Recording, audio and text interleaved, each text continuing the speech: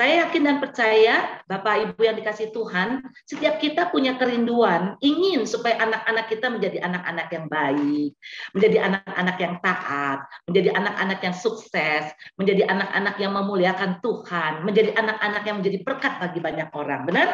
Oleh karena itu, di dalam Amsal pasal 10 ayat 1 mengatakan, anak yang bijak mendatangkan sukacita kepada ayahnya. Tetapi anak yang bebal adalah kedukaan bagi ibunya. Wow, ini kayaknya nggak adil ya.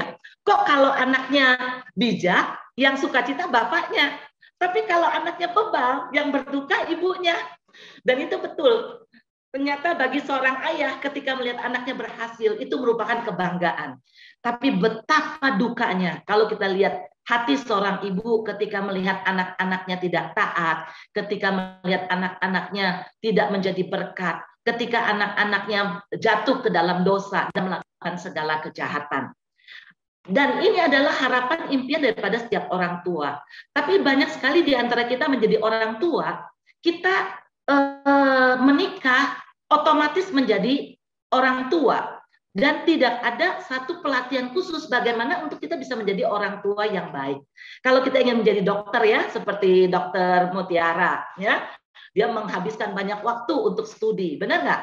Untuk menjadi ahli profesional di bidang tertentu, dia harus diperlengkapi sekolah belajar. Tapi tidak ada sekolah tuh untuk menjadi istri, tidak ada sekolah untuk menjadi mama, tidak ada sekolah untuk menjadi papa, benar nggak? Jadi itu kebanyakan di antara kita tuh jadi orang tua itu trial dan error.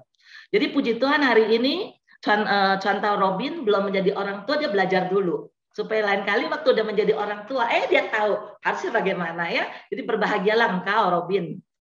Ya, tapi banyak di antara kita yang mungkin udah menjadi orang tua, anak kita sudah besar, atau mungkin kita yang udah jadi ama, yang anak kita sudah menikah, ya. Ketika kita menyadari ternyata kita banyak cowan lu. Apa tuh cowan lu? Kita banyak melangkah di jalan yang salah.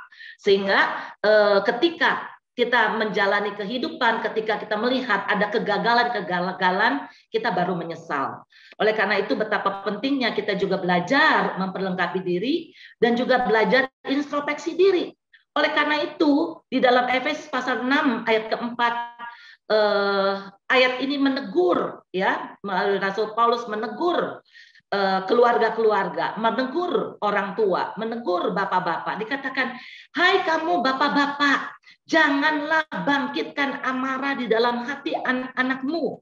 Saya yakin dan percaya tidak ada orang tua yang ingin menyakiti anak-anak. Bahkan ada pepatah mengatakan, harimau binatang yang begitu buas pun dia tidak akan memakan anaknya sendiri.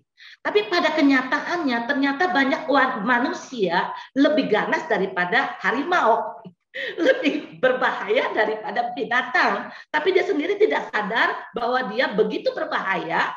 Karena apa?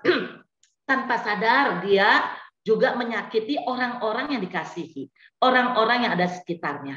Makanya dalam Efesus Rasul Paulus menegur dengan keras kepada bapak-bapak. Kenapa? Karena bapak-bapak adalah kepala keluarga. Di dalam keluarga, seorang bapak harus menjadi pemimpin, harus menjadi teladan, dan harus menjadi orang yang mengayomi, melindungi, menjaga anak-anak dan keluarga, termasuk istri di rumah. Tapi pada kenyataannya, banyak anak-anak yang terluka, banyak anak-anak yang menderita, banyak anak-anak yang akhirnya kehilangan jati dirinya karena orang tua yang menyakiti dan melukai anak-anaknya. Seharusnya kita mendidik anak-anak kita di dalam ajaran dan nasihat Tuhan. Berapa banyak kita yang menjadi orang tua, kita lebih concern kepada pendidikan anak-anak. Benar apa benar? Ya, kadang-kadang ketika anak kita nilainya jelek, kita bisa kelabakan. Bahkan banyak orang tua yang kebakaran jenggot, ya, sampai uring-uringan. Anak dimarah-marahin. Kenapa? Kok nilainya bisa jelek? Ya, kenapa rapotnya merah? Ya, kita merasa terganggu, kita merasa susah ketika melihat anak kita tidak pergi ke sekolah atau nilainya puji ke, ya, nilainya tuh tidak mencapai target. Tapi banyak di antara kita sebagai orang tua santai-santai aja tuh, tidak merasa khawatir, dan tidak merasa uring-uringan kalau melihat anak kita tidak pergi sekolah minggu, anak kita tidak ikut komisi remaja, anak kita sudah tidak lagi ikut komisi pemuda. Kita tidak uring-uringan tuh ketika anak kita tidak berdoa. Kita nggak pernah mencek atau melihat apakah anak kita baca Alkitab apa enggak. Dan inilah yang dilalaikan oleh kita sebagai orang tua. Sehingga anak-anak kita menjadi anak-anak yang rapuh, termasuk kita juga menjadi orang tua yang rapuh. Yang tanpa kita sadari, maksud hati ingin kita menjadi baik, maksud hati ingin anak-anak kita baik, tapi ternyata senjata makan tuan. Ternyata kita yang menjadi orang yang melukai anak-anak kita. Oleh karena itu, maka mulai belakangan ini saya juga lihat di YouTube, banyak topik-topik parenting yang bicara tentang toxic parents. Apa sih itu toxic parents? Gitu ya. Toksik kan kita tahu itu racun, ya kan? Mana ada sih orang tua yang mau meracunin anak-anaknya? Tapi dari definisi ini hati saya tergelitik. Karena ternyata di sini katakan toxic parents adalah orang tua yang melakukan sesuatu terhadap anaknya sebenarnya atas dasar cinta. Sebetulnya dia mengasihi dan mencintai anak-anaknya. Tapi sebenarnya yang dilakukannya malah sebaliknya, bukan sesuatu yang membuat anak-anak merasa ada rasa aman, membuat anak-anak merasa dikasihi, merasa diterima, ya. Tapi malah sebaliknya, tanpa sadar atau secara sadar, orang tua justru sedikit demi sedikit meracuni, merusak, dan menyakiti anak-anaknya. Wow, jadi ini ironis sekali ya. Mari Bapak Ibu yang dikasih Tuhan, sambil kita belajar, sambil kita introspeksi diri. Karena seringkali kita kurang berkaca, seringkali kita tidak menyadari, seringkali kita gampang sekali melihat, oh ini orang tua nggak baik ya, oh dia kok orang tua yang begitu. Tapi seringkali tanpa kita sadari, oh ternyata saya juga adalah orang tua yang toksik. Nah, biasanya orang tua toksik itu tidak hanya dia terhadap anak-anaknya. Biasanya orang tua toksik itu muncul dari hubungan suami istri. Ya, salah satu daripada mereka adalah orang yang toksik. Jadi hubungan yang toksik antara suami istri akan menimbulkan perasaan yang tidak aman kepada anak-anak. Karena hubungan yang toksik dalam keluarga itu suami istri itu tidak saling mendukung. Suami istri konflik melulu. Suami istri matanya hanya melihat kekurangan, apa tuh selalu mengkritisi, selalu melihat kelemahan daripada pasangan. Saling menunjukkan keunggulan diri sendiri. Ada persaingan. Istri sulit tunduk kepada suami karena apa? Dia ingin membuktikan saya bisa lebih hebat daripada kamu. Ada persaingan antara suami istri. Istri tidak menghormati suami, suami tidak menghormati istri, apalagi anak-anak. Mereka tidak bisa menghormati anak-anak di depan orang, di depan umum, ya, mengkritik anak, ya, memarahi istri, ya, atau istri di depan umum menyindir atau menegur suami.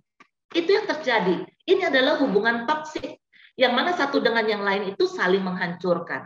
Satu dengan yang lain saling merendahkan. Satu dengan yang lain tanpa disadari sebetulnya sedang merusak hubungan. Ini adalah hubungan yang toksik. Dan ternyata sekarang banyak rumah tangga, keluarga-keluarga yang mempunyai hubungan seperti itu.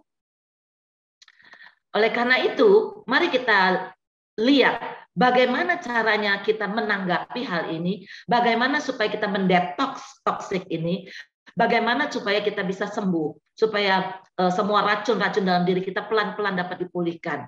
Satu-satunya cara adalah kita datang kepada Tuhan. Oleh karena itu, melalui kita belajar hari ini, mari kita memiliki hati yang terbuka, biar Roh Kudus menolong kita, dan kalau Tuhan menegur, jangan keraskan hati kita. Mari kita introspeksi diri, dan kita bersedia untuk berubah. Nah, sekarang kita fokus kepada apa sih yang menjadi ciri-ciri dari toxic parent. Ya, ini hanya beberapa. Sebetulnya masih banyak lagi. Orang tua yang toksik, entah itu dari papa, entah itu dari mama, ya, ada yang dua-duanya, ada yang hanya salah satunya. Itu ciri-cirinya adalah orang tua yang egois. Orang tua egois adalah orang tua yang hanya memikirkan kepentingan diri sendiri dan tidak pernah memperhatikan perasaan orang lain. tidak memperhatikan perasaan anak, tidak empati kepada anak. Orang tua yang egois adalah orang tua yang merasa anak itu menjadi beban. Maka kadang-kadang dari mulutnya selalu bilang, aduh kamu tuh bikin mama capek deh. Kamu jadi beban buat mama. Mama pasti senang, mama akan merasa senang kalau kamu tuh jadi anak yang nggak nakal. Kenapa sih kamu selalu bikin masalah di rumah? Nah, itu adalah ciri-ciri perkataan yang seringkali diucapkan oleh orang tua yang egois, yang tidak pernah memahami dan mengerti kenapa anak saya bisa demikian. Karena setiap anak berperilaku, pasti di balik perilaku anak ada alasan yang mendasarinya. Tapi orang tua yang toksik, dia tidak pernah mau mengerti. Dan orang tua yang toksik emosional, emosinya naik turun. Ada problem PEW, problem emosi wanita, problem emosi pria. Emosinya naik turun, gampang sekali meledak. Makanya nggak heran, seringkali ada terjadi kekerasan, entah kekerasan verbal maupun kekerasan fisik. Ya, tanpa memberikan kesempatan kepada anak, memberikan alasan, dia tuh memukul anak. Ya, sulit mengontrol diri, tapi dia ingin mengontrol anak. Ya, ingin mengontrol anak. Anak tidak diberikan kesempatan untuk mengungkapkan pikirannya, mengungkapkan perasaannya. Ya, orang yang toksik, orang tua yang toksik, orang yang sulit menghargai anaknya. Sulit menghargai anaknya sehingga dia seringkali di depan orang lain dia merendahkan anaknya, atau dia suka membanding-bandingkan anaknya dengan anak yang lain, membandingkan anaknya dengan orang lain. Tuh lihat tuh koko kamu, kenapa kok kamu seperti kokomu sih? Ya, kamu lihat no, itu si Tony, dia pelajaran jauh lebih baik. Kamu bisa dapat 100, kenapa kamu nggak belajar lebih baik? Kamu pasti bisa. Selalu menuntut dengan berlebihan. Jadi Bapak Ibu yang dikasih Tuhan, kita bisa bayangkan orang tua yang tidak bisa menghormati anak, yang selalu membanding-bandingkan anak dengan anak yang lain. Tentu anak itu sulit sekali untuk bisa berinteraksi dengan yang lain. Dia akan punya hubungan yang jelek dengan saudaranya. Dia akan mulai iri dengan saudaranya, ya kan?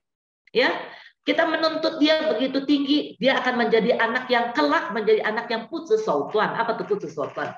Anak yang dengan segala cara untuk mencapai tujuannya. Ya, dia nggak peduli melukai orang apa enggak.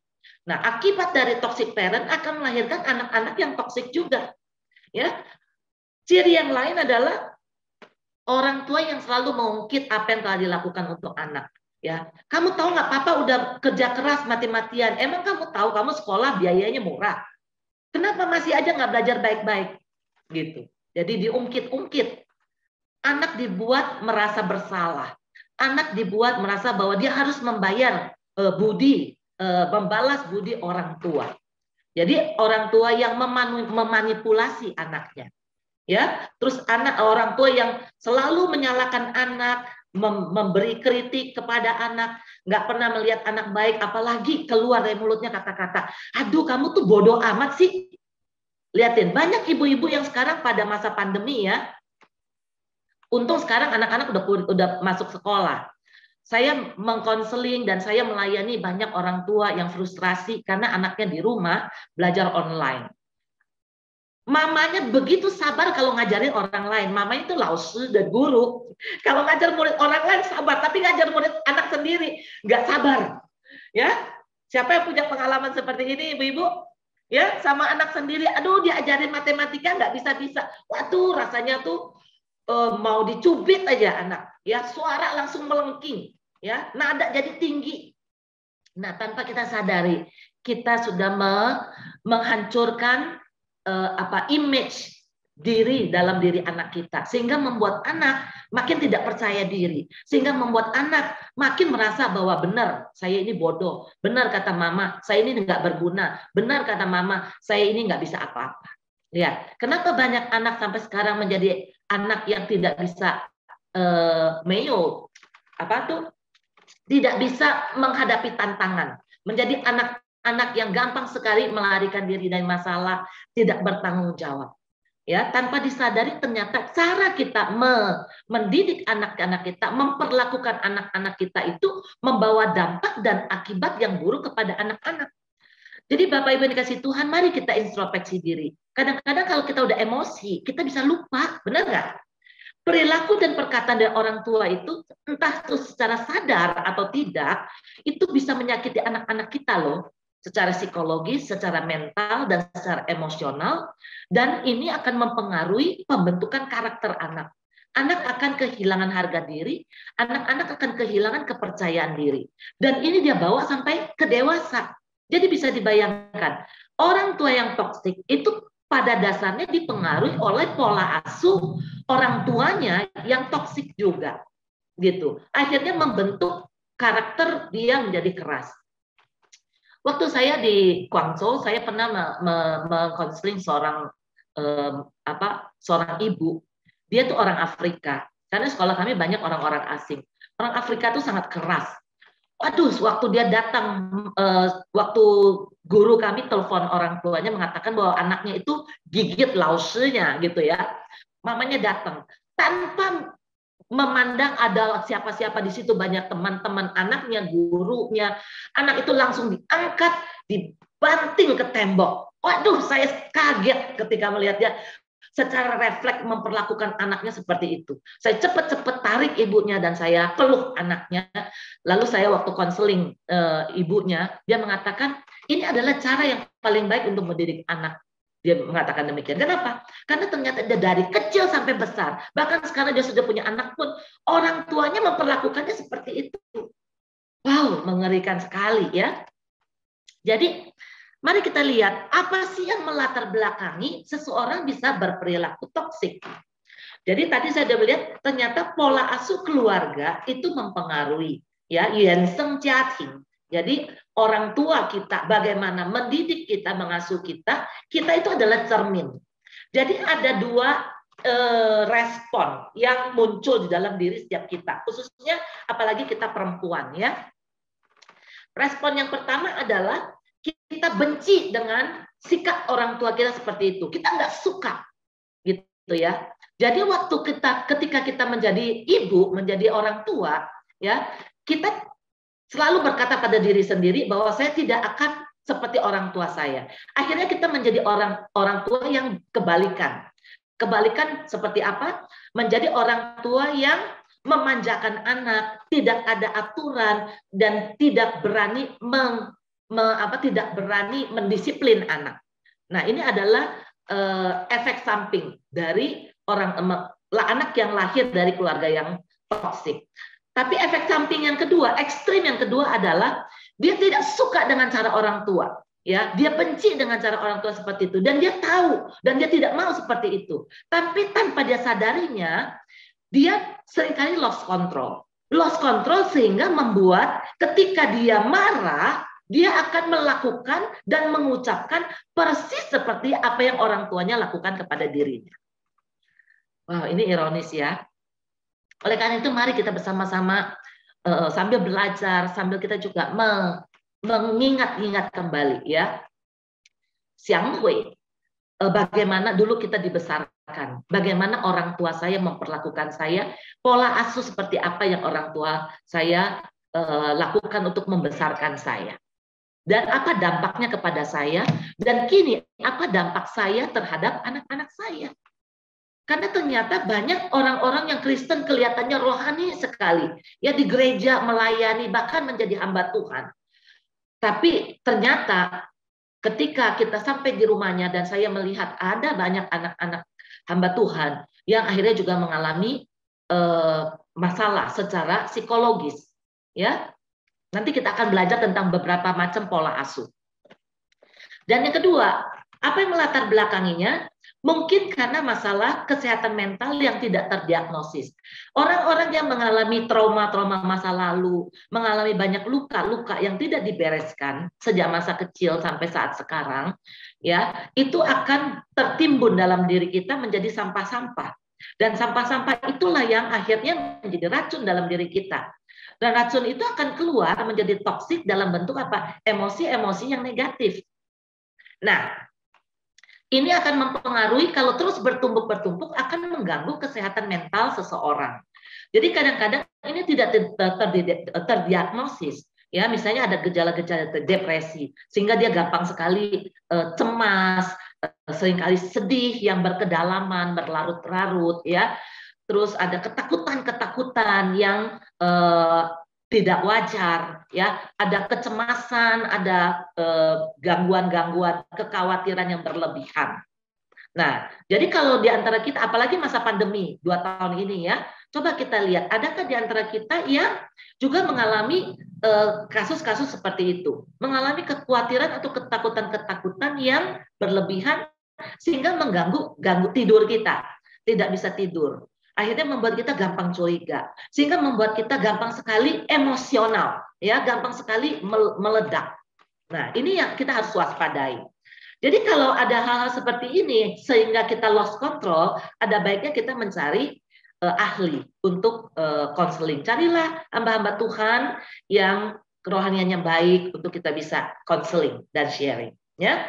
Atau sebaliknya, mungkin kita lahir dari keluarga baik-baik, ya. Papa mama penuh kasih baik, tapi akhirnya kita menikah dengan pasangan yang punya kepribadian yang keras, ya. Misalnya suami itu temperamental, orangnya sangat dominan, ya. Kita tadinya lahir dari keluarga baik-baik, kita baik-baik, akhirnya kita menjadi orang yang tertekan. Karena apa? Menghindari konflik, kita akhirnya makan dalam, kita pendam. Akhirnya karena kita terus tertekan, banyak wanita akhirnya kompensasinya itu dilampiaskan kepada anak. Dia tidak bisa melawan suami, dia kompensasinya kepada anak. Jadi berapa banyak ibu-ibu, istri-istri yang akhirnya anak yang menjadi korban, ya, karena dia tidak bisa lawan suaminya, nggak bisa balas suaminya, dia balas kepada anak-anaknya, kan kasihan, ya. Oleh karena itu mari sekarang kita akan belajar beberapa jenis pola asuh sambil kita mengamati diri kita sendiri. Mungkin di antara kita tidak separah yang tadi saya katakan sampai menjadi toxic parent yang kadarnya itu kan, kadar toksik kan banyak macam, ya. Ada yang sampai 80%, mungkin kita hanya kadarnya 20%. Tapi minimal mari kita kenali pola asuh apa yang orang tua saya lakukan terhadap saya, pola asuh yang seperti apa, lalu seberapa besar pengaruhnya kepada saya, dan pola asuh seperti apa yang sekarang saya lakukan kepada anak-anak saya. Karena apa? Pola asuh itu akan membentuk kepribadian anak kita. Dan pola asuh kita juga akan menentukan bagaimana anak kita berespon terhadap pola asuh kita, ya. Setiap anak beda. Misalnya saya punya anak perempuan 2. Anak saya yang besar sama anak saya yang paling kecil itu berbeda. Walaupun mereka punya mama yang sama, mendidik mereka, memperlakukan mereka dengan cara yang sama, ya. Tapi respons anak saya yang paling besar itu lebih frontal. Anak saya tuh kecil-kecil sudah bisa berontak. Wah, saya tuh harus menguras banyak energi untuk rekonsiliasi dengan anak saya yang besar. Karena dulu saya lihatin, walaupun saya adalah hamba Tuhan, walaupun saya belajar tentang psikologi, ya, tapi ternyata firman Tuhan berkata benar, ya, rohku memang penurut tapi daging ini lemah. Dalam banyak hal saya itu lost, sehingga saya harus menabur dan menuai hasilnya. Anak saya yang besar itu adalah Tuhan taruh dalam hidup saya untuk memoles, untuk membentuk saya, menghancurkan saya. Tapi anak saya yang paling kecil, anaknya lebih santai. Diomelin sama saya, kan tipe, karena saya kepala sekolah waktu itu di sekolah saya. Dan saya seorang hamba Tuhan. Saya menuntut anak-anak saya tinggi supaya mereka, kamu kan anak hamba Tuhan, kamu anak kepala sekolah lagi, harus jadi contoh, ya, nggak boleh begini, nggak boleh begitu. Sampai anak saya yang paling besar berkata, Mami, kenapa saya dilahirkan jadi anak hamba Tuhan? Sampai dia bilang, Mami, saya sebetulnya anak kamu bukan sih, sampai begitu. Ya, anak saya berontak. Tapi anak saya yang kecil, dia santai aja. Bagi dia, Mami bilang nggak boleh, ya udah nggak boleh, ya udah nggak apa-apa, gitu loh. Ya, dia nggak frontal untuk meresponinya. Jadi setiap anak tuh berbeda tergantung kepada kepribadiannya. Ya, jadi kita lihat tanggapan atau warisan pola asuh orang tua tuh mempengaruhi. Yang kedua tuh temperamen, seperti yang tadi saya katakan. Mungkin ada pola asuh kita diasuh oleh orang tua kita, atau kita mengasuh anak-anak kita, itu tergantung juga pada temperamen kita. Kalau temperamen kita adalah dominan, suami atau istri yang dominan, yang selalu maunya mengatur, ya, bosi, selalu memerintah, lebih mementingkan menyelesaikan tugas daripada perasaan orang lain. Nah, ini tanpa disadari, temperamen seperti ini, kepribadian seperti ini juga bisa menjadi toksik. Atau orang yang intim, ya, sebenarnya saya adalah tipe intim. Tipe intim tuh orangnya kelihatannya riang, ya, ceria, baik. Tapi orang yang intim juga punya masalah, bisa menjadi toksik juga dalam pola asuh kita. Ketika apa? Suka janji. Udah janji, tinggal janji. Kadang tidak ditepati. Sehingga akhirnya membuat anak-anak menjadi sulit untuk percaya kepada kita. Dan ini akhirnya membentuk karakter anak juga menjadi anak yang tidak bisa dipercaya oleh orang lain. Karena dia melihat teladan dari seorang ibu yang selalu gampang berjanji tapi tidak menepati. Ya, atau orang yang stabil. Orang yang temperamen stabil bisa menjadi toksik bagi anaknya karena dia terlalu cuek, tidak peka dengan apa yang menjadi perasaan dan kebutuhan anak. Ya, kadang-kadang dia lebih nyaman dengan diri sendiri, akhirnya membiarkan anak diasuh oleh apa? Di TV, gadget. Jadi hati-hati ya Bapak Ibu yang dikasih Tuhan.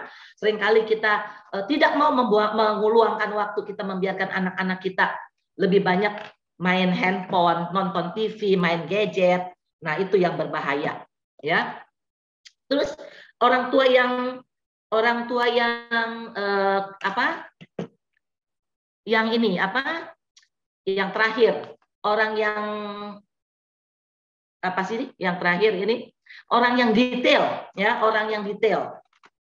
Yang selalu mengkritik, yang selalu melihat kesalahan anak, yang selalu menuntut lebih tinggi. Nah, ini juga salah satu jenis temperamen yang bisa menjadi toksik bagi anak-anak.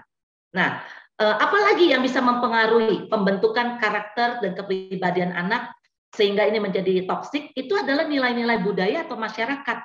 Khususnya kita orang Tionghoa, ya. Kita orang Tionghoa kan Zhongnan Qingni. Ya, lebih sayang dengan anak-anak laki daripada anak perempuan. Nah, itu juga berbahaya. Ada orang-orang Tionghoa yang punya kebiasaan melatih anaknya kalau laki-laki. Ayo, anak laki-laki nggak boleh cengeng. Anak laki nggak boleh nangis. Ya, kei liu xue bu kei liu lei. Boleh.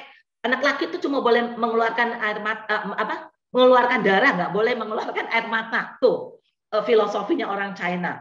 Sehingga membuat anak tidak bisa mengekspresikan perasaannya, terus memendam perasaan-perasaan negatif dalam dirinya. Nah, atau perempuan, ya, karena banyak anak-anak perempuan yang diabaikan, diremehkan, dianggap tidak penting, sehingga banyak wanita-wanita menjadi nichiangren. Apa tuh nichiangren? Menjadi wanita-wanita yang gagah perkasa, ya. Karena apa? Ingin menunjukkan diri bahwa saya bisa lebih hebat dari laki-laki. Saya bisa menunjukkan bahwa tanpa saya kamu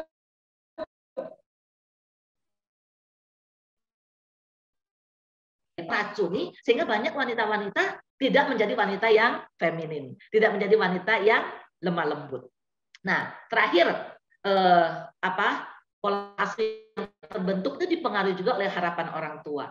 Kalau kita punya harapan yang tinggi terhadap anak, misalnya dulu kita pengen sendiri pengen jadi dokter, nggak kecampaian. Sekarang kita paksa anak kita untuk jadi dokter. Kita tidak peduli anak senang atau tidak senang. Ya, kita menaruh harapan dan kita menuntut anak kita untuk mewujudkan apa yang menjadi harapan dan menjadi impian orang tua. Nah, ini juga bisa menjadi toksik buat anak-anak kita. Ya. Nah, sekarang mari kita lihat. Jenis-jenis pola asuh itu menjadi toksik atau tidak seimbang kalau dua faktor ini tidak balance. Ada dua faktor yang menentukan bagaimana kita membesarkan, mendidik, dan mengasuh anak-anak kita. Yang pertama adalah faktor tuntutan atau disiplin. Faktor tuntutan atau disiplin itu adalah sikap atau tindakan kita sebagai orang tua, ya, menentukan aturan atau standar atau ukuran di dalam pendidikan kita kepada anak-anak kita. Dan kita pakai tuntutan atau disiplin ini sebagai fungsi untuk mengawasi anak-anak kita berhasil atau tidak. Ya, baik atau tidak gitu ya. Faktor yang kedua adalah faktor penerimaan atau faktor kasih. Faktor penerimaan atau kasih adalah sikap atau tindakan orang tua untuk melihat kebutuhan anak dan memenuhinya. Jadi sebetulnya penerimaan dan kasih itu adalah kebutuhan hakiki, kebutuhan mendasar yang sangat diperlukan oleh setiap manusia, khususnya oleh anak-anak kita. Mereka mendapatkan ini melalui apa? Melalui hubungan yang dibangun antara orang tua, melalui komunikasi yang dibangun dua arah, melalui encouragement, melalui kata-kata yang membangun, yang menguatkan. Nah, ini dua hal harus balance dalam keluarga. Makanya saya gambarkan ini ada 4 jenis pola asuh orang tua. Mari kita kenali diri kita masing-masing. Engkau termasuk pola orang tua yang memiliki pola asuh seperti apa? Pola asuh yang pertama adalah orang tua yang otoriter. Orang tua yang otoriter adalah orang tua yang kasihnya kurang, tapi disiplinnya sangat tinggi. Ya, nah, yang kedua, pola asuh atau tipe orang tua yang tidak peduli. Tipe orang tua yang tidak peduli adalah orang tua yang kasihnya sedikit, ya, disiplinnya juga sedikit. Jadi kasihnya kurang, disiplinnya juga kurang. Yang ketiga adalah pola asuh atau tipe orang tua yang permisif. Tipe orang tua yang permisif adalah orang tua yang kasihnya tinggi, ya, kasihnya sangat banyak, tapi disiplinnya sangat kurang. Sebetulnya pola asuh yang paling sehat yang menjadi tujuan kita hari ini, yang kita mau belajar supaya kita membalance semuanya itu adalah mari kita menjadi orang tua yang bijak. Orang tua yang bijak adalah orang tua yang seimbang. Kasihnya tinggi, disiplinnya tinggi. Jadi bukan hanya ada kasih dan ada disiplin saja, tapi dua-duanya harus ada kasih yang tinggi dan ada disiplin yang tinggi. Mari kita lihat sama-sama pelan-pelan. Jenis-jenis pola asuh. Orang tua yang otoriter. Orang tua yang otoriter seperti apa sih? Orang tua yang otoriter adalah orang tua yang aturannya sangat banyak dan orangnya sangat kaku, sangat legalistik. Banyak nggak bolehnya. Ini nggak boleh, itu nggak boleh. Jadi kalau di aturannya itu ditulisnya banyak, tidak boleh ini, jangan ini, apa-apa nggak boleh. Aturannya sangat kaku. Kalau udah bilang nggak boleh, gitu. Kalau melanggar langsung dihukum. Makanya dia akan memberikan hukumannya bisa dalam bentuk fisik, ya, pukulan atau dimaki-maki. Anak hanya melakukan kesalahan sedikit sudah dibentak-bentak. Terus orang tua yang otoriter adalah orang tua yang sulit melihat konteks, orang tua yang tidak fleksibel. Jadi kadang-kadang orang tua itu tidak bisa diajak kompromi. Orang tua yang tidak pernah memberikan kesempatan kepada anak memberikan pengertian dan penjelasan bahwa kondisi saya seperti sekarang ini tidak bisa mengikuti aturan papa loh, gitu. Bagi dia A adalah A, makanya sangat kaku, tidak fleksibel, ya, sehingga membuat anak menjadi tertekan. Terus menuntut ketaatan, bagi dia taat itu adalah nomor 1. Ini papa yang selalu sifatnya bossy. Papa atau mama orang tua yang selalu merasa paling benar, ya. Dia ingin menunjukkan dirinya berwibawa dengan cara apa? Galak. Makin galak, anak makin takut, dia merasa makin weifengah, apa tuh? Merasa makin merasa saya ini orang tua yang punya wibawa, gitu. Nah, ini ada ciri-ciri orang tua yang otoriter. Lalu dia menuntut anak untuk taat, tapi dia tidak mau menyediakan waktu ngomong komunikasi dengan anak. Jadi dia selalu mengajar, dia selalu ngatur, dia selalu perintah. Yang ada selalu perintah. Tidak ada komunikasi dua arah. Lihat nih, orang tua yang otoriter racunnya itu lebih banyak. Ya, kemungkinan tingkatnya lebih banyak. Rata-rata orang tua otoriter adalah orang tua yang punya kepribadian dominan. Ya. Dan orang tua yang otoriter adalah orang tua yang memaksakan kehendak, ya. Jadi dia tidak empati dengan anak. Dia tidak peduli anak suka main piano apa enggak, dilesin. Tiap hari dikontrol. Ayo latihan piano. Kalau enggak nih ada tongkat di situ, tinggal jarinya langsung dipukul kalau misalnya anak itu berhenti. Wow, saya pernah melihat Ada orang tua yang demikian. Dia tidak peduli, tidak menghargai, dan tidak memikirkan perasaan anak senang atau tidak, suka atau tidak. Jadi Bapak Ibu yang dikasih Tuhan, bisa dibayangkan apa yang terjadi terhadap anak ini. Makanya nggak heran anak-anak yang lahir dari diasuh oleh orang tua yang otoriter, anak ini sulit membangun hubungan dengan orang lain. Dia tidak punya empati dengan orang lain. Dia juga sulit untuk merasakan perasaan orang lain itu sedih, susah, sakit atau enggak. Karena anak-anak ini karena dia dibully oleh bapaknya, di sekolah dia membuli teman-temannya. Anak-anak seperti ini kadang-kadang dia membuli adik-adiknya, kasihan. Jadi Bapak Ibu coba amati. Kalau anakmu di sekolah kadang-kadang dibully oleh temannya, ya, jangan-jangan orang tuanya adalah orang tua yang otoriter. Dan anak ini memiliki gambar diri yang rusak. Kenapa? Karena dia nggak merasa dirinya nggak berguna. Gambar dirinya rusak. Kenapa? Karena dia selalu merasa apa saja yang dilakukan nggak ada yang benar. Di mana bapaknya dia selalu salah. Makanya gambar dirinya rusak. Anak seperti ini kasihan. Sehingga dia tidak punya daya juang. Sehingga dia menjadi orang yang lemah dan gampang give up. Gampang sekali putus asa, gampang sekali menyerah. Dan anak ini sulit sekali memiliki inisiatif. Kalau tanya apa-apa, tanya mama lah, tanya papa lah. Nggak tahu, terserah aja. Pokok kalau tanya apa, terserah. Siapa di sini yang suami istri kalau diajak keluar makan, mau makan di mana yang? Terserah deh. Dikit-dikit terserah. Nah, itu, ya. Terus kurang mandiri, tergantung pada otoritas. Karena apa-apa diatur. Apa-apa diatur. Kalau punya mama seperti ini, anak pacaran sama siapa aja diatur. Pakai baju apa aja diatur. Makan apa aja diatur. Kasihan, sampai udah menikah, masih ikut campur lagi urusan anak. Aduh, ya. Bertobatlah mama-mama yang seperti ini. Ya, sehingga anak jadi kurang mandiri, tergantung. Kasihan kalau yang anak-anak laki-laki. Ya, ketika menikah menjadi suami yang meyucuciana. Jadi suami yang apa-apa nggak bisa mengambil keputusan. Kan kasihan. Ya, bersikap berontak dan agresif. Karena dia tidak bisa melawan orang tuanya, akhirnya berontak di belakang. Karena apa? Karena dia ingin menunjukkan, ingin merdeka, ingin melepaskan diri dari cengkeraman harimau di rumah. Nah, makanya menjadi berontak. Makanya kalau kita menemukan anak-anak yang akhirnya melakukan tindakan-tindakan kejahatan, kekerasan di luar, nah, rata-rata setelah didiagnosa, itu punya orang tua yang otoriter. Yang kedua, orang tua permisif. Orang tua permisif adalah sebaliknya dari orang tua yang otoriter.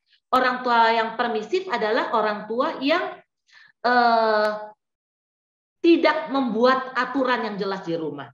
Anak diberikan kebebasan. Nah, di Cungkuo saya begitu, banyak ketemu orang tua yang permisif. Karena apa? Mereka cuma punya anak satu. Anak di rumah jadi raja, ya. Ada yeye, nainai, waipo, waikung, papa, mama. Dia dikelilingi oleh semua orang tua. Apa yang menjadi kemauannya itu dituruti. Mama takut anak tidak bahagia. Mama, papa takut anak disakiti. Mama, papa takut anak susah. Jadi mereka selalu ingin menyenangkan hati anak. Anak melakukan kesalahan, tidak disiplin. Wah, saya pernah lihat ada anak yang mukulin mamanya. Mamanya diam aja. Mama bilang, buyaulah, buyau siang. Cuma begitu. Anaknya nggak pernah didisiplin. Aduh, saya sampai gergetan gitu kadang lihatannya. Ya, terus tidak menuntut anak untuk memenuhi standar. Jadi kadang masuk sekolah, nggak masuk sekolah nggak apa-apa, bikin PR, yang capek orang tuanya. Jadi banyak sekarang orang tua yang sekolah bukan anaknya. Anaknya dikasih PR, yang pusing orang tuanya. Orang tua yang beliin bahan, orang tuanya yang bantu ngerjain PR-nya. Ayo ibu-ibu, bapak-bapak, adakah di sini yang seperti itu? Ya, membiarkan anak ngatur dirinya. Orang tua yang diatur, orang tua yang didikte. Nah, anak-anak begini dia tidak bisa menghargai gurunya. Ya. Terus menghindari konflik, takut berantem dengan anak. Lalu apa? Selalu mengalah dengan kemauan anaknya. Nah, coba lihat dampaknya apa ya? Dampaknya anak akan tumbuh menjadi pribadi yang egois. Lihatin, maunya menang sendiri. Ya. Karena dia sudah terbiasa. Semua kemauannya itu dipenuhi. Anak ini juga nggak mandiri karena semuanya tuh diselesaikan oleh orang tua. Dan dia akan menjadi anak yang tidak bertanggung jawab. Ya, kerja apa-apa seenaknya, tidak mementingkan kualitas. ya. Terus udah gitu kalau mengerjakan apa-apa sekali nggak bisa dia menyalahkan orang lain, ya. Kalau nggak dia lari dari tanggung jawab. Mudah untuk memanipulasi peraturan. Kenapa? Karena dia tahu papa mamanya punya kelemahan dalam ini. Dia pintar memanipulasi dengan cara apa? Pura-pura sakit, nangislah, ngancam. Wah, orang tua paling takut kalau diancam. Kalau papa mama nggak ikut ya, saya kabur dari rumah. Nah, orang tua paling takut. Paling pintar sekali memanipulasi. Tidak mampu menguasai diri atau keinginan. Karena udah kebiasaan apa saja yang menjadi permintaannya dikasih. Itu berbahaya. Banyak anak-anak sekarang keterikatan kepada games, keterikatan kepada gadget, terikat kepada film-film ya. Itu karena apa? Orang tuanya permisif. Orang tuanya bohwat. Ya. Anaknya disuruh stop, jangan main handphone. Anak lebih lihai dari orang tua. Dan pada zaman sekarang, pada masa pandemi ini, banyak sekali anak-anak yang seperti ini. Cenderung mengatur dan tidak menghargai orang tua. Nah, Bapak Ibu, menurut kalian saya tuh termasuk orang tua seperti apa? Saya pada awalnya sebelum saya bertobat ya, saya adalah tipe orang tua yang sedikit otoriter. Karena apa? Papa saya orangnya keras. Sedangkan suami saya adalah orang tua yang permisif. Jadi bayangin, anak-anak saya tuh saya punya satu ruang baca, library saya itu adalah ruang hukuman. Di atas tembok saya tuh ada 5 itu rotan, dari yang paling kecil sampai yang paling tebel. Anak saya kalau saya udah bilang oke, masuk Jing Su Fang, waduh mereka langsung takut karena udah masuk situ pasti kena disiplin gitu. Ya, makanya anak saya yang paling besar itu berontak. Tapi sebaliknya, papanya sangat permisif karena papa mamanya juga permisif. Nggak pernah ngomelin anak, nggak pernah. Jadi di rumah saya yang jadi setannya, suami saya menjadi malaikatnya gitu. Ya, anak-anak saya hukum, papanya yang menghibur. Aduh, bayangkan di dalam keluarga ada dualisme. Anak-anak menjadi kacau. Wah, saya sempat stres. Saya galak, tapi anak-anak nggak takut sama saya. Mata saya kan besar nih, saya pakai kacamata sih ya. Kalau dilepas, mata saya itu belok. Murid-murid saya cuma melotot. Anak murid-murid saya langsung diem. Tangan saya tuh punya wibawa. One. Saya cuma tunjuk tangan sini. One. Semua anak-anak langsung diem. Tapi anak-anak saya, khususnya anak saya yang paling besar, saya ngomong, dia lawan. Saya ngomong A, dia ngomong B. Saya ngomong C, dia ngomong D. Aduh, capek sekali. Kenapa? Suami istri tidak sehati. Sampai satu hari suami saya ikut pemuridan pria. Kan dia bawa pemuridan pria dari Indonesia ke Cungkuo, dan ini akhirnya memberkati banyak keluarga-keluarga. Disitulah suami saya bertobat dan dipulihkan. Akhirnya dia belajar untuk menjadi imam di rumah, menjadi kepala keluarga yang benar-benar. Sekali-kalinya dia pernah melihat anak saya kurang ajar dengan saya yang besar ya. Dia pulang dari pelayanan, dia copot ban pinggangnya, dia kejar anaknya. Wah, lari-lari. Kejar-kejaran dengan anak mau dipukul. Akhirnya anak saya pertama kali dipukul oleh papanya. Sejak saat itu ya, anak saya yang besar langsung berubah. Takut. Papanya nggak usah ngomong apa-apa. Papanya cuma bilang, Fang, pakai sekali doang. Langsung bilang, langsung diem, nggak berani. Kalau saya udah ngoceh-ngoceh, sudah ngomel-ngomel, sudah diajar-ajar ya, anak saya tetap masuk kuping kiri, keluar kuping kanan. Akhirnya saya belajar berubah. Saya sadar saya salah. Saya harus bayar harga. 3 tahun saya harus bayar harga untuk pemulihan dengan anak saya yang besar. Ya, setiap malam saya sediakan waktu 2 jam komunikasi, minta maaf. Lalu pelan-pelan saya belajar minta anak saya, coba kasih tahu mami salahnya di mana. Mami mau berubah. Awalnya anak saya tidak mau terima. Awalnya anak saya tuh melihat saya dengan mata sebelah mata. Dia bilang, udah mami nggak usah ngomong, saya udah tahu. Karena saya di sekolah saya setiap hari itu cacina. Setiap pagi itu worship, setiap pagi itu sekolah minggu, setiap pagi itu apa? PA, bayangin. Anak-anak belajar firman Tuhan udah di luar kepala. Jadi kalau ketemu saya, muka saya kayak Alkitab gitu loh. Jadi saya ngomong apa aja bagi dia, mama cuma teori. Aduh, saya sedih sekali. Puji Tuhan, Tuhan hancurkan saya, Tuhan proses dan bentuk saya melalui anak saya. Ternyata saya adalah toxic parent. Karena saya adalah wanita yang terluka karena papa mama saya. Papa mama saya dulu sebelum percaya Yesus, mereka selalu tengkar. Saya tidak ada rasa aman. Saya takut papa mama saya cerai. Saya banyak trauma. Ya, papa mama saya selalu tengkar di depan saya. Dan akhirnya membuat saya tidak ada rasa aman. Membuat emosi saya sangat fluktuatif. Jadi tidak ada yang sempurna. Ya. Yang ketiga, orang tua yang tidak peduli. Orang tua yang tidak peduli adalah orang tua yang tidak mau terlibat dalam kehidupan anak. Nah, ini adalah orang tua yang sibuk. Ya, ada, saya nggak tahu ya di Medan bagaimana ya. Di Jakarta, bahkan di China banyak sekali yang suami istri itu tinggal terpisah. Karena apa? Karena biaya hidup terlalu tinggi demi sekolahin anak. Jadi istri kerja di satu kota, suami di kota lain. Mereka ketemu paling weekend atau sebulan sekali. Bahkan ada yang setahun sekali baru ketemu waktu Cynthia. Kasihan sekali. Atau anak-anak dititipkan kepada nenek, ya, atau anak hanya dikasih kepada pembantu karena mama papa sibuk dengan kerjaannya sendiri. Jadi orang tua yang tidak peduli adalah orang tua yang nggak mau tahu dengan kondisi anak, ya, menolak atau mengabaikan keberadaan anak tanpa dia sadari. Jadi anak-anak bertumbuh sendiri, anak-anak tidak diperhatikan, anak-anak tidak diberikan dukungan, anak-anak tidak diberikan aturan-aturan, salah nggak pernah didisiplin, ya, anak nggak pernah dinasehati, anak nggak pernah diajar.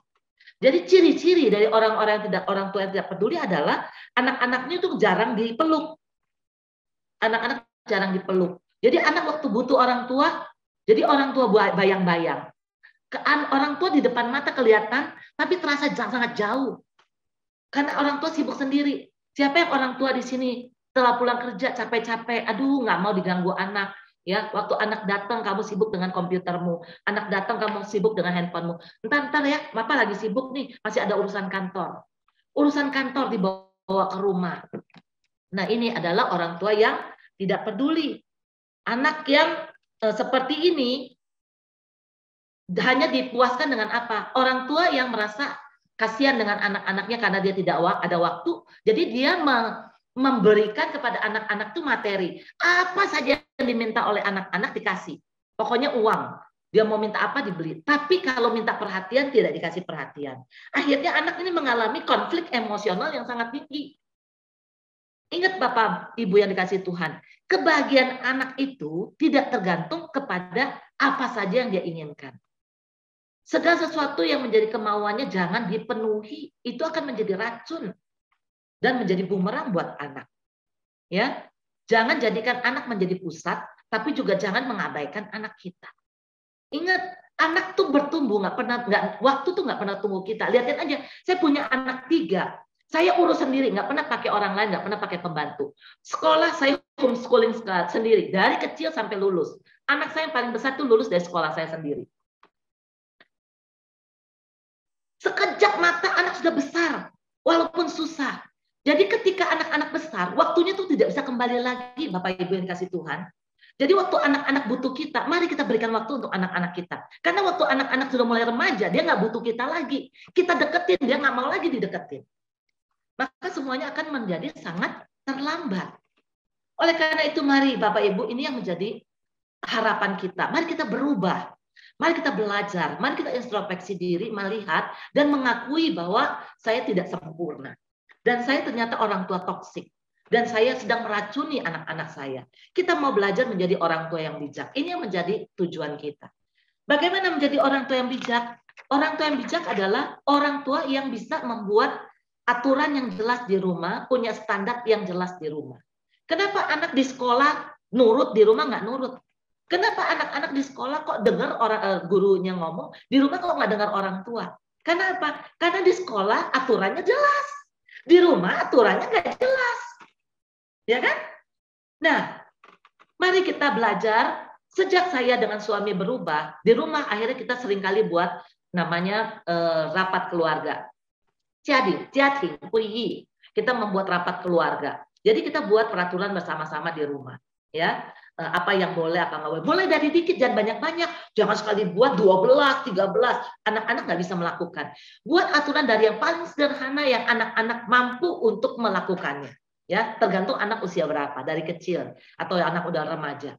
Nah, mulai dari sedikit 3 atau 4. Setiap kali mereka sudah bisa melakukan, mentaati aturan, mari kita apresiasi, mari kita puji.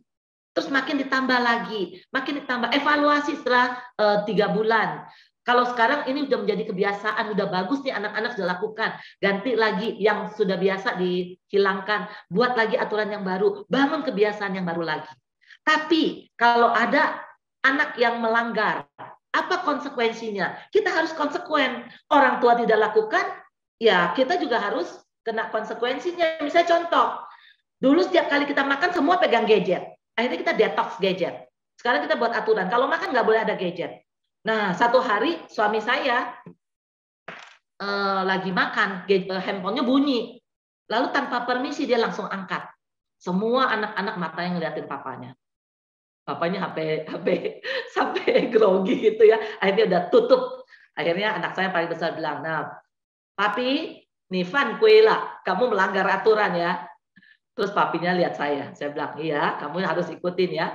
Jadi aturan kita bersama-sama, kalau siapa yang melanggar, jadi dia tidak boleh pegang handphone sampai besokannya, gitu. Jadi makan malam kan jam 7, jadi handphone itu langsung disita. Jadi saya sita, sampai besok baru boleh pegang handphone lagi. Papa harus konsekuen. Kalau nggak konsekuen, anak-anak baru bisa taat, gitu. Ya, jadi buat aturan. Terus menghargai anak dengan tetap berpegang pada standar. Anak diberikan kesempatan untuk mengungkapkan pikirannya. Ide anak dihargai. Anak bilang, oke, buat aturan begini. Jadi kita sama-sama lakukan. Ya, terus bangun hubungan yang hangat dan baik dengan cara apa? Sesibuk-sibuknya, masa kita nggak ada waktu sih? Waktu yang paling berharga untuk kita adalah sebelum tidur. Itu adalah waktu emas. Kenapa? Anak sebelum tidur, kalau kita pakai kita untuk bisa komunikasi, doakan, bacain buku cerita firman, atau baca Alkitab sama-sama, sharing firmannya, itu akan membekas sangat mendalam dalam hati anak. Percaya deh. Ya, lalu kami juga mulai membangun disiplin, ya, disiplin bersama. Selama kita bisa makan harus bersama-sama, gitu. Ya, makan harus bersama-sama. Jadi usahakan entah itu makan pagi, makan siang atau makan malam. Karena bagi orang Tionghoa, makan adalah kesempatan untuk kita mengajar. Ya, saya ajarin anak-anak sopan santun, bagaimana menghormati orang. Nanti kalau misalnya di luar, keluar negeri kemana, apa yang harus diperhatikan. Perempuan harusnya bagaimana jadi perempuan. Laki-laki bagaimana menjadi laki-laki. Nah, itu waktu kita makan kita sambil cerita. Itu kita biasakan. Ya, membangun hubungan yang hangat dan baik. Kita buat dating. Saya dengan anak-anak saya 3, saya buat aturan setiap Sabtu kita pergi keluar bareng sama-sama main. Tapi dalam sebulan sekali saya ada dating khusus cuma dengan Cece, dating dengan Titi, dengan Meme. Papanya juga demikian. Bapak Ibu yang kasih Tuhan, dating itu kuasanya besar loh. Ternyata dari dating itu saya baru tahu isi hati anak saya, dia luka sama saya. Dari dating itu saya baru tahu anak saya yang paling kecil ternyata terluka oleh cecenya. Lalu saya kasih tahu cecenya, karena cecenya kan iri dengan adiknya. Ya, cecenya merasa kami lebih sayang adiknya. Akhirnya karena dating itu saya kasih tahu cecenya rekonsiliasi dengan Meme. Ya, ini kita pelan-pelan memulihkan hubungan, memberikan disiplin yang tepat kepada anak kalau salah. Ya, tapi anak juga ngerti kenapa dia dihukum. Ya, bangun komunikasi yang bisa dipercaya, bisa terbuka, ya. Jadi ini menjadi target kita. Mari kita belajar untuk berubah. Karena dengan pola asuh yang sehat, kita akan membangun gambar diri yang sehat bagi anak-anak. Anak-anak akan belajar menjadi anak yang bertanggung jawab, menjadi anak yang bisa menguasai diri, sehingga dia bisa menghindari dosa. Dia tahu apa yang boleh, apa yang tidak boleh, apa yang dosa, apa yang bukan berdosa. Karena dia tahu mata Tuhan selalu melihat, ya. Mata Tuhan selalu melihat, menyelidiki setiap hati. Sehingga anak-anak saya tahu kapan apa yang boleh dilakukan. 3 hal yang kami selalu ingatkan kepada anak-anak kami. Apa saja kamu boleh lakukan, apalagi sekarang kalian udah jauh dari papa mama. 3 hal yang kalian tidak boleh langgar. Pertama, apa saja boleh kamu lakukan, asal jangan mempermalukan nama Tuhan. Jangan jadi batu sandungan. Jangan mempermalukan nama Tuhan. Yang kedua, apa saja kamu boleh lakukan, tapi ingat, jangan sampai mempermalukan nama orang tua. Kenapa? Kalau anak salah, selalu orang bilang, anak ini nggak pernah diajar orang tua. Anak ini kurang ajar. Makanya saya selalu ingatkan. Ingat ya, jangan sampai mempermalukan orang tua. 3, apa saja boleh kamu lakukan, asal jangan melawan hati nuranimu. Karena Roh Kudus selalu berbicara melalui hati nurani. Ketika Roh Kudus menegur, engkau harus belajar taat. Bahwa itu boleh atau tidak boleh. 3 prinsip ini selalu kami tanamkan dalam diri anak-anak kami. Jadi walaupun anak-anak kami sekarang jauh di luar, kami tidak takut. Karena bukan kami yang menjaga mereka. Tuhan yang jaga. Dalam diri mereka ada hati yang takut akan Tuhan.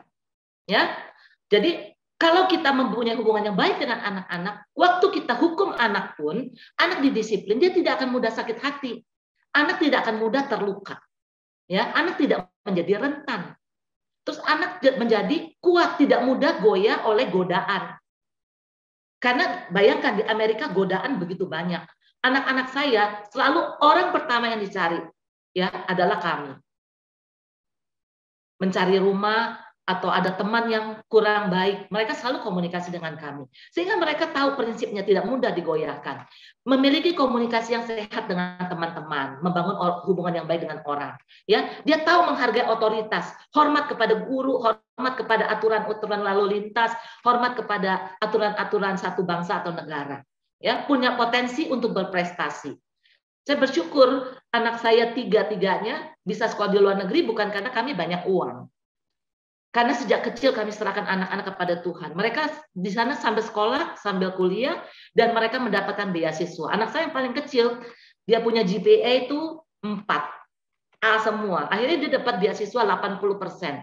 Sekarang sambil sekolah, sambil kerja. Susah nggak? Susah. Apakah orang tua membuat mereka susah? Enggak. Saya tanya, kalian merasa menyesal nggak? Punya papa mama yang tidak bisa mensupport kamu secara finance, secara utuh.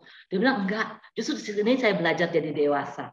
Saya punya pengalaman yang baru loh, Mami. Saya sekarang jadi school security. Anak saya paling kecil dia jadi satpam di sekolah.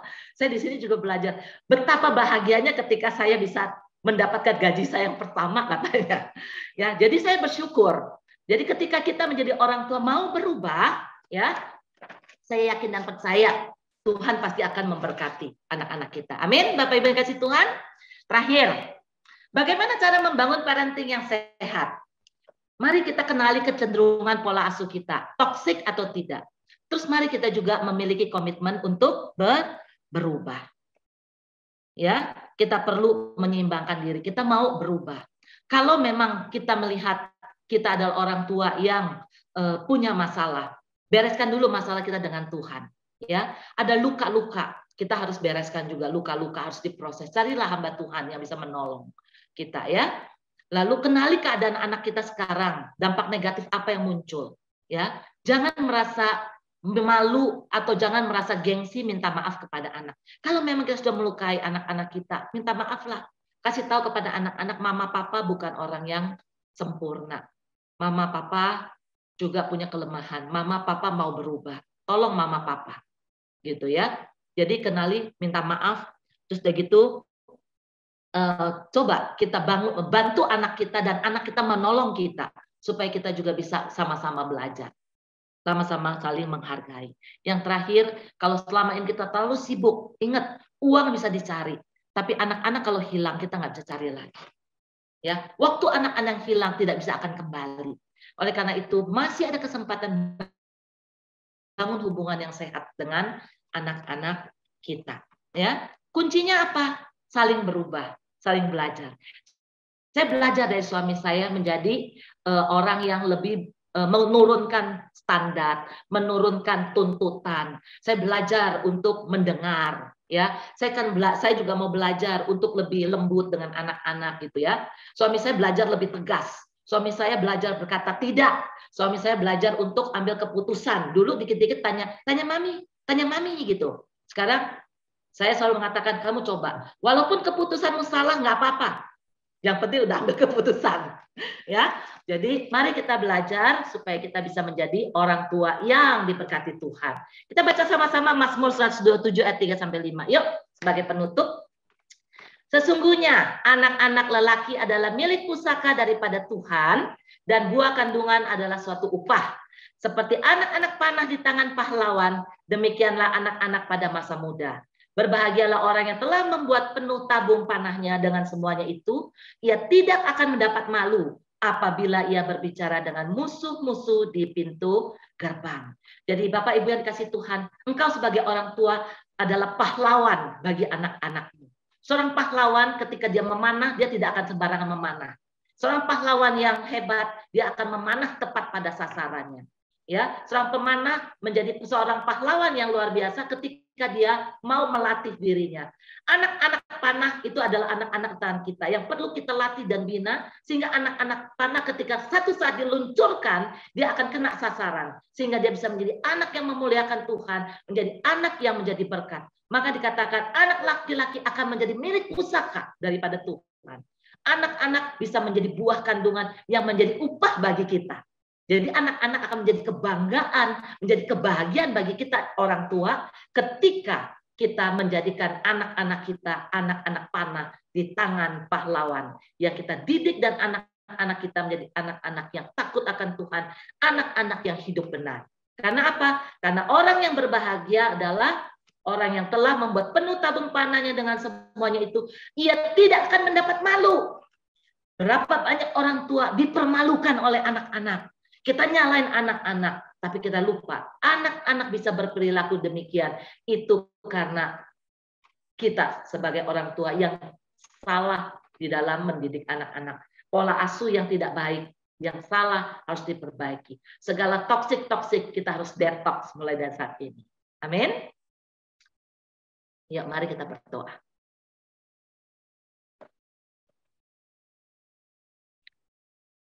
Kita bersama-sama tenangkan hati di hadapan Tuhan. Izinkan Roh Kudus yang bekerja. Suara manusia sudah berhenti, tapi biarlah Tuhan sendiri yang bekerja dalam hati kita. Mari kita introspeksi diri. Mari kita amati, renungkan, dan ingat-ingat kembali masa kecil kita. Dari masa kanak-kanak sampai saat ini. Pola asuh seperti apa dari orang tua kita ketika dia membesarkan kita. Pengaruh-pengaruh temperamen apa, kepribadian seperti apa dari diri kita sendiri atau orang tua kita sendiri. Atau ada toksik-toksik dari luar, nilai-nilai dari masyarakat yang juga meracuni kita. Mari kita bersama-sama introspeksi di hadapan Tuhan. Adakah kita sudah menjadi orang tua yang toksik? Tanpa kita sadari, kita menjadi orang tua yang otoriter, atau sebaliknya menjadi orang tua yang permisif, atau menjadi orang tua yang terlalu sibuk dengan pelayanan, sibuk dengan pekerjaan, sibuk dengan kesibukan diri sendiri, sehingga kita mengabaikan anak-anak kita.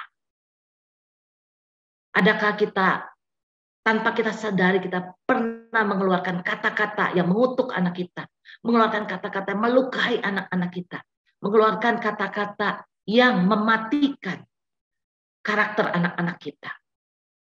Atau justru tanpa kita sadari, kita juga seringkali menyakiti anak-anak dengan memukul, tindakan-tindakan yang menyakiti anak-anak kita. Mari kita datang dengan segala kerendahan hati di hadapan Tuhan. Jangan melarikan diri dari kenyataan, jangan membenarkan diri. Tapi mari dengan hati yang sungguh datang kepada Tuhan, minta ampun kepada Tuhan. Katakan, Tuhan, ini saya. Ampuni saya. Pertama-tama saya mau mengampuni orang tua saya dulu. Kalau engkau punya orang tua yang keras, yang toksik, yang melukai engkau, sehingga tanpa sadar itu membekas menjadi trauma dan luka dalam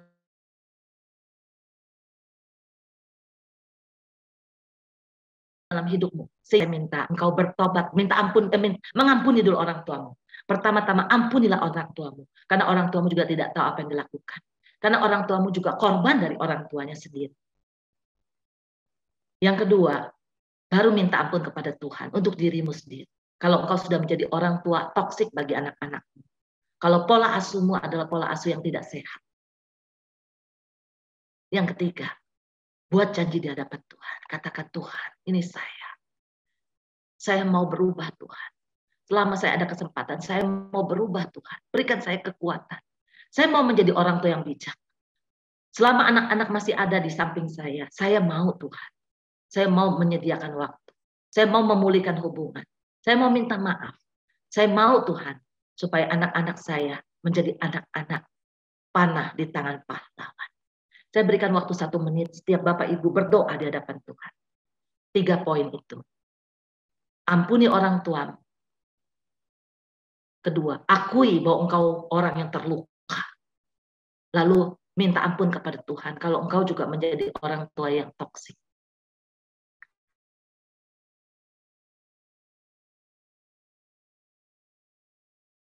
Ketiga, buat tekad dan